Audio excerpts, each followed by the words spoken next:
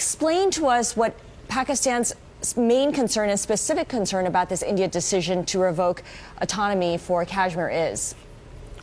Simply because this is an issue that is pending final resolution. This is very much on the UN Security Council agenda. There are parties other than India to this dispute. Kashmir has been even, according to India's own constitution, it has enjoyed a special status. So what India has actually done is to unilaterally change the status of a territory which is recognized by the entire international community, including the United Nations, as a disputed territory.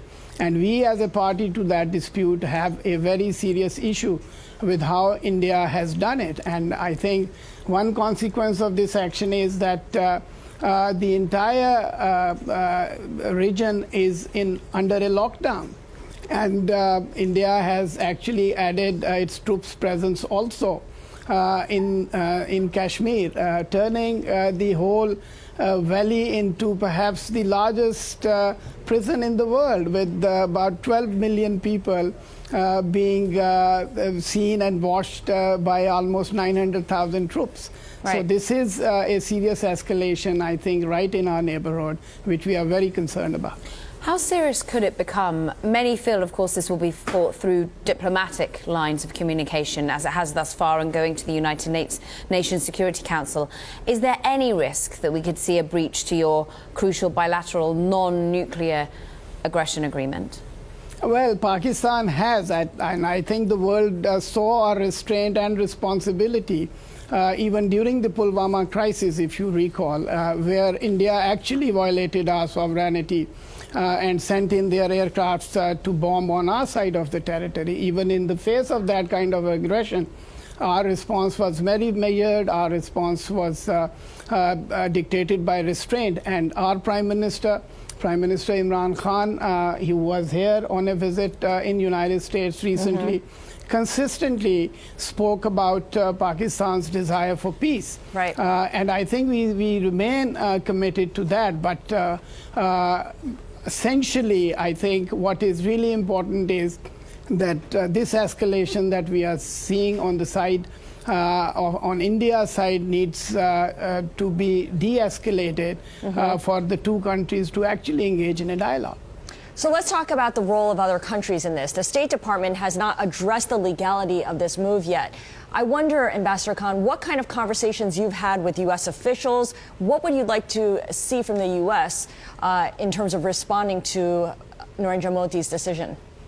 I think there is, and this is something that the State Department spokesperson the other day very clearly said, that there is no shift or change in the U.S. position, which is to see Kashmir as a dispute and as a disputed territory. And in fact, when Prime Minister Khan was here for the President of the United States, President Trump, to offer mediation in resolving this long outstanding dispute by itself was a recognition of the existence of a dispute that needs resolution. So, and I think we, of course, welcomed the President's desire to do so. And India, as expected, actually did not accept that offer. But for us, I think United States continued engagement, and U.S. as the preeminent power of the world, I think has an important role to play in not just addressing trying to help two countries have a dialogue to resolve this issue, but also to urge India to undo things that they have done over the last 1 week in unleashing repression, in arresting people across the board, in turning the valley into a huge prison. What additional steps could Pakistan take independently? Ambassador Khan, are we likely to see any more deployment of troops, perhaps, at the border?